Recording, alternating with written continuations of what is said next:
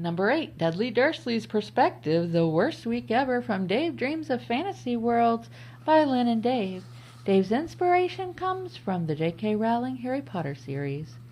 Dudley Dursley's Perspective, The Worst Week Ever. I don't even know where to begin. It was supposed to be just another boring summer with me lounging around, smashing video games, and getting Mum to make me bacon sandwiches on demand, but no. That freak Potter had to ruin everything again. Honestly, if I'd known what was coming, I would have moved in with Aunt Marge and her smelly dogs for the week. Chapter 3, The Letters from No One. So it all started with this letter. Yeah, a letter for Potter. Not me, not Mum, not Dad. Him. I've never seen Mum scream so loudly. It was like she'd found a spider the size of her head in the kitchen. Dad ripped it up straight away, and we all laughed about it. Well, I laughed. Potter didn't. He was sulking like always. But then, it got weird. Letters started showing up everywhere, and I mean everywhere. They came through the windows, through the chimney, and one even hit me on the head while I was eating me second breakfast, which, for the record, I did not appreciate.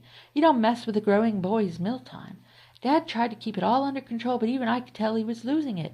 He boarded up the letterbox, taped up the windows, and even slept in the hallway with a cricket bat. Meanwhile, Potter just sat there looking smug, which made me want to chuck one of those letters at his head.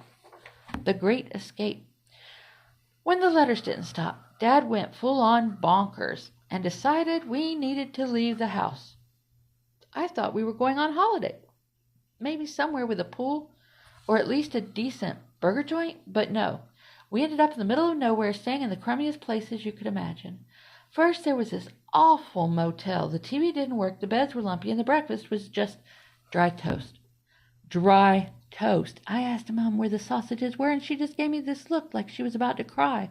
Then when we woke up, there were more letters shoved under the door. I mean, come on. Can't a bloke get a break? Dad snapped after that. He packed us into the car and started driving like a madman. I didn't even know where we were going. At one point I asked, "Are we there yet?" And Dad shouted something about never being there again, whatever that means. Eventually we ended up on this boat heading to a tiny shack on a rock in the middle of the ocean. And let me tell you, it was freezing.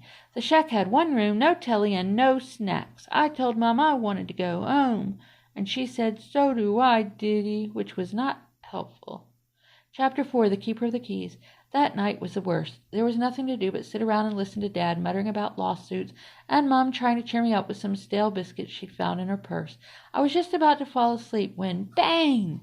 The door blasted open, and in walked this giant of a man. I mean, he was huge, like a hairy mountain in a coat. My first thought was that he'd come to eat us.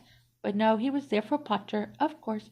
He started talking about magic and Hogwarts and a bunch of other nonsense I couldn't care less about.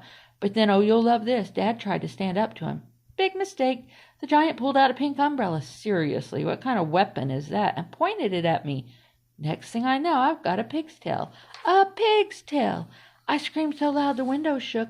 Mum fainted. Dad started shouting about lawyers and calling the police, but the giant just laughed and stuffed Potter into his coat like he was packing up a suitcase. Aftermath.